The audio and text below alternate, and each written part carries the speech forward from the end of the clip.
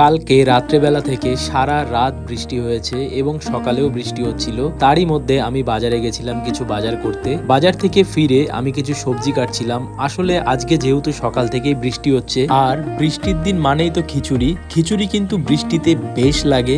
তোমাদের কিরকম লাগে অবশ্যই কিন্তু কমেন্টের মাধ্যমে জানিও। মা দেখলাম চালের মধ্যে ডাল মিশিয়ে চাল এবং ডাল দুটোই একসাথে ধুয়ে নিল। তো এরপর কিছু কেটে রাখা সবজি যেরকম লঙ্কা, পেঁয়াজ, কিছু রসুন এবং পরিমাণ মতন লবণ, পরিমাণ মতন হলুদ আর কিছুটা সর্ষের তেল দিয়ে ভালো করে মাখিয়ে নিচ্ছে যাতে সমস্ত জায়গায় সবকিছু পৌঁছে যায়। আমি ছোটবেলা কিন্তু মাকে এরকম ভাবে খিচুড়ি বানাতে দেখেছি আর খেতে কিন্তু একদম দুর্ধর্ষ হয়। তোমরা যারা যারা এরকম ভাবে ট্রাই করোনি একবার ট্রাই করে দেখতে পারো, অবশ্যই ভালো লাগবে। তারপরে কেটে রাখা যে সবজিগুলো ছিল সেগুলো একে একে দিয়ে দেওয়া হয়েছে, যেরকম পটল, আলু, লাল আলু, কিছু কাঁঠালের বীজও দেওয়া হয়েছে। আমাদের খিচুড়ি কিন্তু প্রায় সম্পূর্ণ হয়ে গেছে।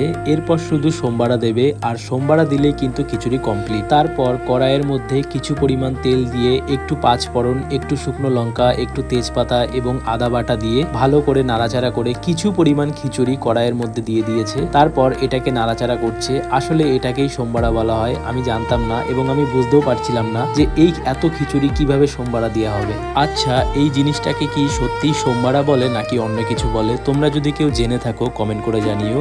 আর সত্যি কথা বলতে খিচুড়িটা কিন্তু বেশ হয়েছে, তোমরা একবার ট্রাই করে দেখতে পারো। মা আমাকে দেখো অনেকটা পরিমাণে দিয়েছিল আর আমি নাও করিনি, সমস্তটা খেয়েছি, সত্যিই ভালো হয়েছিল।